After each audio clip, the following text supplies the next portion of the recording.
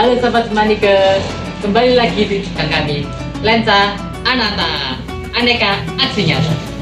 Nah, podcast kali ini kita akan membahas generasi Qurani di era digital. Siapkah kita menjadi generasi pemenang di hari raya?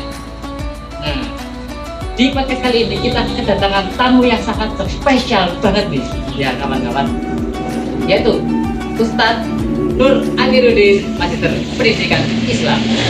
Bagaimana kabarnya, Ustaz? Ya, alhamdulillah sehat. Nah, Ustaz, hari ini kita akan podcast dengan tema generasi Qurani di era digital. Siapa kita menjadi generasi pemenang di hari raya? Nah, mungkin saya pertama, Ustaz, menurut Ustaz nih, apa yang dimaksud dengan generasi Qurani, khususnya bagi pemuda saat ini? Terima kasih. Saya awali dulu. Assalamualaikum warahmatullahi wabarakatuh. Waalaikumsalam. Ya. Terima kasih, Mas. Siapa namanya? Mas Kiros apa sih? Mas Kiras ya, Pak? Iya. Ya. Yang dimaksud dengan generasi Qurani bagi para generasi muda saat ini adalah bagaimana mereka bisa menjalankan nilai-nilai Al-Quran yang senantiasa dilestarikan dalam kehidupan, baik itu diwujudkan dalam taatnya terhadap Sang Pencipta yaitu Allah. Dalam hal ini adalah perwujudan kewajiban menunaikan sholat lima waktu. Samping itu juga di bulan ini tentu puasa bulan suci Ramadan. Tidak hanya itu saja, maka ada nilai-nilai yang lain, yaitu tadarus Al-Quran, sebagaimana itu merupakan wadah bagi kita semuanya sebagai ciri seorang muslim, maka dapat mempraktekkannya dalam kehidupan, baik tidak hanya di waktu malam ataupun siang. Tentu nilai-nilai yang berbasis Qurani itu harus ditanamkan di dalam diri seorang generasi muda, tidak hanya sekedar melakukan kewajiban, tetapi bagaimana karakter-karakter yang ditanamkan yang sesuai dengan Al-Quran, sebagaimana telah difirmankan oleh Allah di dalam Al-Quran surat Al-Luqman. Begitu banyak kisah yang diceritakan antara Luqman dengan anak-anaknya. Luqman yang pertama kali disampaikan adalah berkaitan dengan masalah tauhid. Nah, dalam hal tauhid inilah nilai-nilai Al-Quran bisa ditanamkan dalam kehidupan sehari-hari. Itu, Mas. Terima kasih atas jawabannya. Nah, kan kita ada sekat tadi ya, generasi Quran itu apa? Nah, pastinya ada karakteristik masing-masing kita. Nah, karakter apa saja yang saja dimiliki oleh generasi muda untuk tetap disebut sebagai generasi Quran ini? Terima kasih. Karakter-karakter ini bisa kita lihat di dalam surat Al-Luqman tadi. Yang pertama, Luqman itu mengatakan kepada anak-anaknya, yang pertama nilai terkait dengan akidah, yaitu mengesahkan Allah Subhanahu wa Ta'ala Sang Pencipta, Tuhan semesta alam. Kemudian yang kedua adalah taat tunduk berbakti kepada kedua orang tua. Yang ketiga adalah menjaga agamanya dalam kehidupannya. Yang keempat adalah menjaga tutur kata, bahasa, perilaku dalam kehidupannya. Bagaimana cara supaya beretika, sopan santun terhadap sesamanya, menghargai, menghormati terhadap kedua orang tua ataupun guru, dan menjaga kehidupan yang tentu harmonis, rukun, damai, sejahtera, sehingga akan terwujud kehidupan yang sentosa. Seperti itu ya Pak Ustadz, karakter-karakter yang harus dimiliki. Nah, menurut Ustadz, apa tantangan besar generasi muda dalam menjaga nilai-nilai Al-Quran di era digital saat ini? Ya, terima kasih Mas. Tantangan saat ini begitu besar, apalagi dengan adanya media sosial dan generasi muda sekarang sudah melek dengan digitalisasi. Artinya bagaimana dengan media sosial itu bisa dimanfaatkan dengan baik, bagaimana media sosial itu bisa diambil positifnya, bukan media sosial itu kemudian dijadikan untuk merusak etika, tetapi media sosial itu sebetulnya dengan digitalisasi itu memberikan kemudahan untuk kita belajar. Dalam hal ini adalah bagaimana cara supaya kita bisa mendekatkan kepada Tuhan Yang Maha Esa. Bagaimana cara supaya kita bisa bertutur kata, berperilaku yang baik, sehingga itu bisa terwujud dalam kehidupan kita yang semestinya sebagai orang yang tentu diciptakan oleh Allah yang Maha Kuasa, mempunyai kewajiban yang sama untuk saling menghormati, menghargai, menciptakan kerukunan, kedamaian di antara kita semuanya, sehingga itu bisa terwujud sebagaimana baldatun thayyibun wa rabbun ghafur. Negara yang aman, masyarakat yang damai, sentosa, sehingga akan menjadikan kita semuanya ini hidup berdampingan, tidak ada perselisihan di antara kita semuanya. Jadi begitu ya Pak Ustadz. Ya. Jadinya teknologi itu emang dipakai untuk memperbagus kita untuk mendekatkan dengan Tuhan ya. Terus juga kita bisa mengetahui gimana cara-caranya biar kita dekat sama Tuhan, terus kita bisa gunain semaksimal mungkin sebelum itu bagaimana ya. Kan ini kan sudah dekat sama hari raya ya Ustaz. Nah, Idul Fitri kan sering disebut dengan hari kemenangan. Nah, menurut Ustaz nih ya, kemenangan apa yang seharusnya diraih oleh generasi muda saat ini? Ya, terima kasih. Idul Fitri ini identiknya adalah kita kembali kepada fitrah. Fitrah ini bukan berarti kosong-kosong, biasanya anak-anak muda gitu ya mengatakan kosong-kosong. Tidak, sebetulnya ada value, nilai-nilai yang harus kita jaga, kita lestarikan setelah Ramadan itu selesai meninggalkan kita semuanya. Tetapi bagaimana spirit Ramadan itu bisa kita wujudkan dalam bentuk keseharian. Yang disebut dengan kemenangan bukan terus kemudian kita lepas dari puasa Ramadan, kita lepas dari tadarus Al-Quran, kita lepas dari ibadah-ibadah yang ada di dalam bulan Ramadan. Tetapi bagaimana kita bisa melestarikan, membudayakan nilai-nilai yang ada di bulan suci Ramadan ini dapat dilestarikan setelah selesai bulan Ramadan. Tadarus Al-Quran kita jalankan, kemudian puasa-puasa sunnah juga kita jalankan, sehingga yang disebut dengan kemenangan bagaimana kita bisa melawan hawa nafsu, bagaimana kita bisa menyaring hal-hal yang baik itu dapat kita lakukan, dan hal-hal yang buruk itu dapat kita jauhi dan kita hindari. Itu. Terima kasih atas jawabannya Pak Ustadz. Jadi itu teman-teman yang sekali yang bisa kita dapatkan saat hari raya besok ya. Nah, memasuki perayaan selanjutnya. Nah, kan hari raya itu kan sering maaf-maafan nih sama orang tua, saudara-saudari, terus bude kakek nenek ya. Nah, bagaimana sih generasi muda dapat menunjukkan sikap saling memaafkan, menghormati orang tua, dan mempererat silaturahmi di era digital?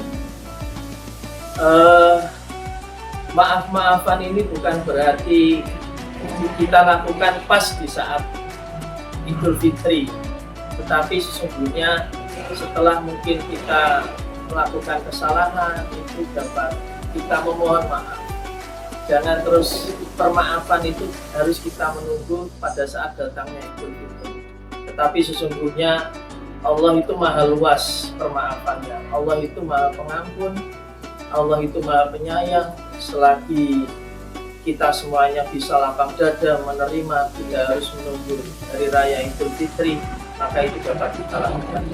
Tetapi bagaimana cara supaya generasi muda ini tidak hanya sekedar mengucapkan mohon maaf ya, sebagai hal yang rutin dilakukan pada hari raya itu, akan tetapi ada makna yang sangat besar di dalam permaafan itu, yaitu bagaimana ketika kita memohon maaf ya, maka jangan sampai kita mengulangi kembali, jangan sampai kita melakukan kesalahan kembali. Ketika sudah kita minta maaf ya, berarti kita sudah tidak melakukan kembali, dan kita juga menjaga kebaikan, menjaga, menghormati, menghargai kedua orang tua kita, dan tunduk patuh terhadap kedua orang tua kita, sehingga maaf itu tidak hanya sekedar di mulut, akan tetapi maaf itu bisa diwujudkan dalam bentuk perilaku kasih sayang kita terhadap kedua orang tua kita.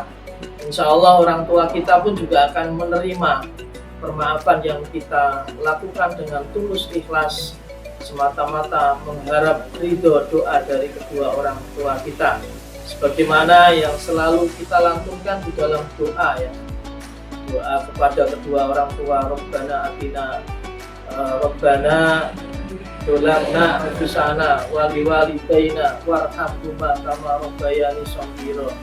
Begitupun juga kita teruskan dengan Rabbana atina fid dunya hasanah wa fil akhirati hasanah wa qina adzabannar. Itu ada konsekuensi di situ. Konsekuensinya adalah bagaimana kita mendoakan kedua orang tua kita. Tentu ada konsekuensinya adalah kita harus tunduk, patuh, dan nurut sama kedua orang tua kita. Selagi orang tua kita meminta kita melakukan hal yang baik, meminta kita melakukan hal yang positif, itu dapat kita lakukan, dapat kita turuti. Tetapi mohon maaf, selagi orang tua sebaliknya meminta kita untuk melakukan bermaksiat, kita boleh untuk tidak melakukan atau menurutkan. Nah, inilah konsekuensi makna dari mohon maaf lahir dan batin di saat hari raya Idul Fitri. Demikian. Oke, baik, terima kasih Pak Ustaz. Nah, memasuki yang hampir terakhir nih. Oh ya, sebelumnya teman-teman, nah kan sudah jelaskan ya tadi beberapa poin penting oleh Ustaz Nur Amiruddin. Nah, jadi ini Ustaz, apa contoh sederhana yang sudah dilakukan pelajar agar bisa disebut sebagai generasi Quran? Ya, terima kasih. Supaya generasi Qurani itu dapat melekat di dalam jiwa raga generasi muda, maka harus dijaga nilai-nilai yang ada di Al-Quran. Begitu banyak nilai-nilai yang ada di dalam Al-Quran bisa dapat diwujudkan dalam kehidupan sehari-hari. Salah satunya adalah bagaimana kita saling tolong-menolong, bagaimana kita saling menghargai, bagaimana kita saling menghormati, menjunjung tinggi nilai-nilai persaudaraan. Dan itu pun juga dibuktikan di dalam hadis Rasulullah, ya.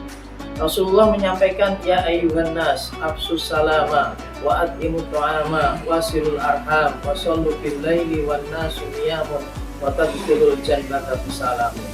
Jadi generasi muda itu dapat mencontohkan dari hadis Rasulullah, ada perilaku yang dapat kita lakukan.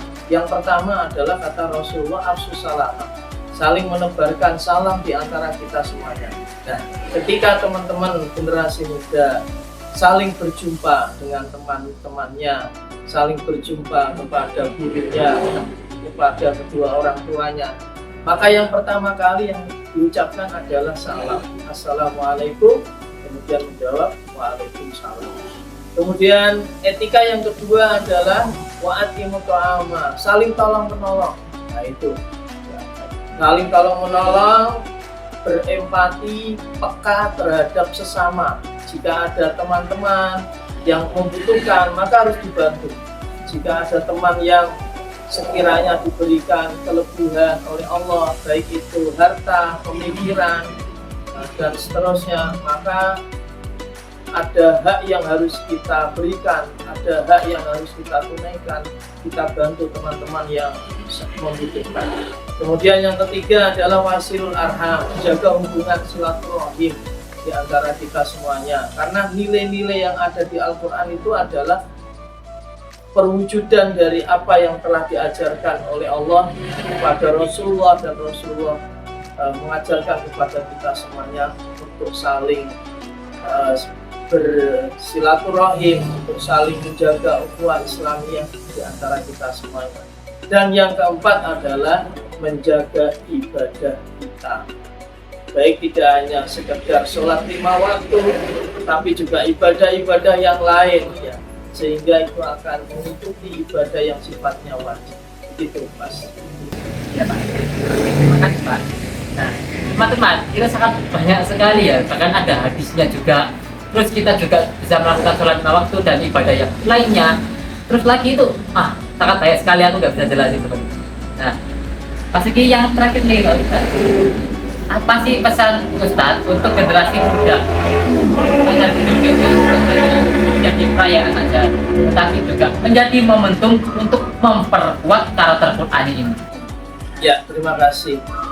Pesan saya adalah nilai-nilai yang ada di Al-Quran itu mengandung 3 nilai.